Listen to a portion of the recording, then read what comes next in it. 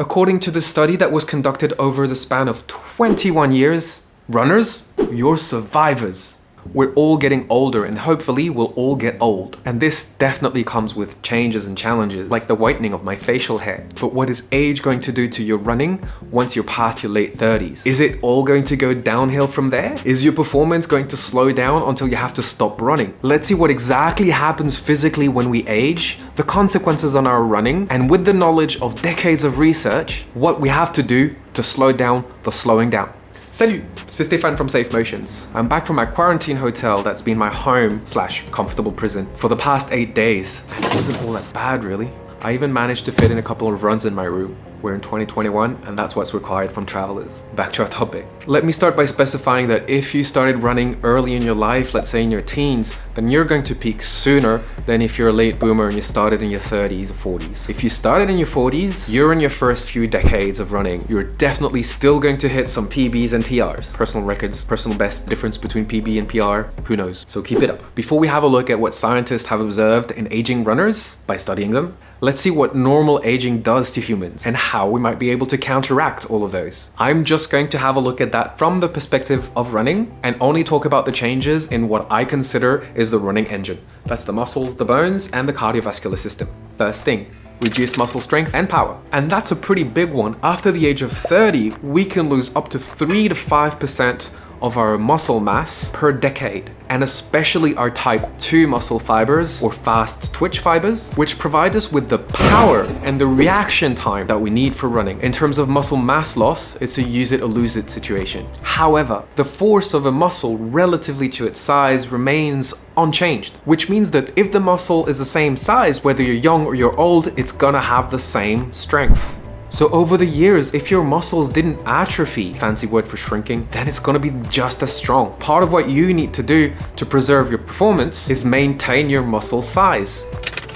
As you age, add more cross-training, weight training, even body weight training. Because as your body adapts to running, running in and of itself is not going to be enough to keep your muscles developed. As a matter of fact, if you run too much, it might even contribute to muscle wasting. Number 2, reduced tendon and muscle elasticity. This can put the aging runner at a higher risk of musculoskeletal injuries. And I'm sure some of you right now are thinking, oh, is that why we need to stretch? Yes. For all of you stretching haters, there will be a time where you will need to integrate in your training some mobility work and some stretches, including static stretches. That's if you want to maintain your performance and not tear something. Number 3, decline of bone density. As we get older, especially after our 50s, the bones might start to lose a little bit of their density. But the bones are alive. They react to external stress, just like muscles and anything else in life. And science has shown that if you put loading on the bones, you will prevent that loss of density. So the answer to that is to integrate strength training to consolidate the bones. Number 4, I think, increased recovery time.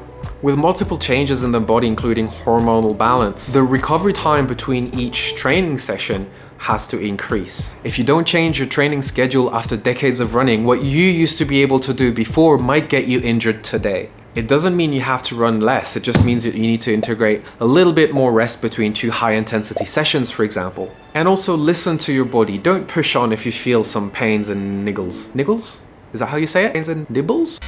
I've got a video that can help you decide whether you can ignore the pain that you're feeling or whether you should skip that run. Link over there or in the description somewhere. So make sure you integrate some recovery days in your week and some recovery weeks in your program, every 3 to 4 weeks, for example. Number 5, that's unavoidable, a decrease of your VO2 max. That's the maximum volume of oxygen that your body and your muscles can actually use at a given time. So the higher the VO2 max, the more oxygen your muscles can take in, and the better athlete you are, in theory. So this will decrease by about 1% every decade. You can't really do anything about that. However, it turns out that in submaximal conditions, because VO2 max is the maximum. If you've done some VO2 max tests, you know they push you to the limit, literally. Well, in those submaximal conditions, below that maximum, that's the fact that's mind-blowing to me.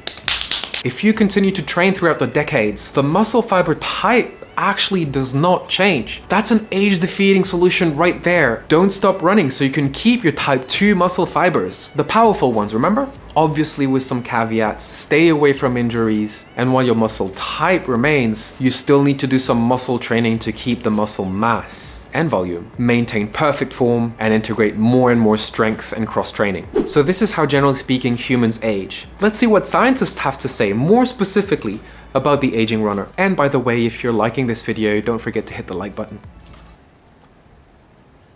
I'll give you a second.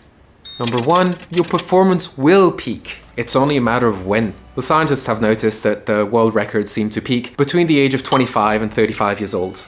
They've also noticed that after that, performance seems to decline pretty dramatically. But that's just for world records. The average age of the Boston Marathon in 2019 is above 40 years old. As a matter of fact, a majority of the marathon runners are above 40 years old. The running world is full of older people. Your running gait will change. According to research, if you don't train for it, you will lose power in your ankles and you'll lose the ability to absorb impact from the ground. Over time, in order to compensate for that, your cadence will shorten. And it makes sense. Because of that loss of power, you won't be able to cover as much ground when you push off the floor. So your steps will be shorter and shorter. But because you want to maintain the same speed, you'll just have a higher turnover. You'll get into that like old man shuffle. The upside of that is that it will reduce the impact forces from the ground. This is what a higher cadence does. Check out the video series that I have on how to optimize your stride length without overstriding and maintain that power in your legs. Now, this could seem to paint a rather depressing image of the aging runner, but the body knows how to adapt to stress. Scientists have found that younger runners and older runners who run races with the same finishing time, in the older runners, the cardiovascular system had adapted to compensate for the shortcomings of the muscular system. Isn't that amazing? There will always be a positive response to appropriate training, even in old age. I mean, look at these guys. Gene Dyke, at 73 years old, ran a 50k ultramarathon in 3 hours, 15 minutes, and 43 seconds. Even more relevant to our topic, I'm going to read this off my screen. Guillermo Pineda Morales, in 1999, ran the New York City Marathon in 2 hours, 32 minutes, and 11 seconds. He was in his 20s. In 2019, he ran a 2 hours, 28 minutes, and 42 seconds marathon, which is roughly 4 minutes faster than 20 years before. And something that you must never, ever, ever forget, according to the study that was conducted over the span of 21 years, you know what, I'm just going to read the conclusion of that study. Vigorous exercise, running, at middle and older ages is associated with reduced disability in later life and a notable survival advantage. Runners, you're survivors. Running is healthy. Keep on running. If you want me to make a video on what specifically to strengthen and how to integrate that in your program, just let me know in the comments. Until then, don't forget to like this video. À bientôt.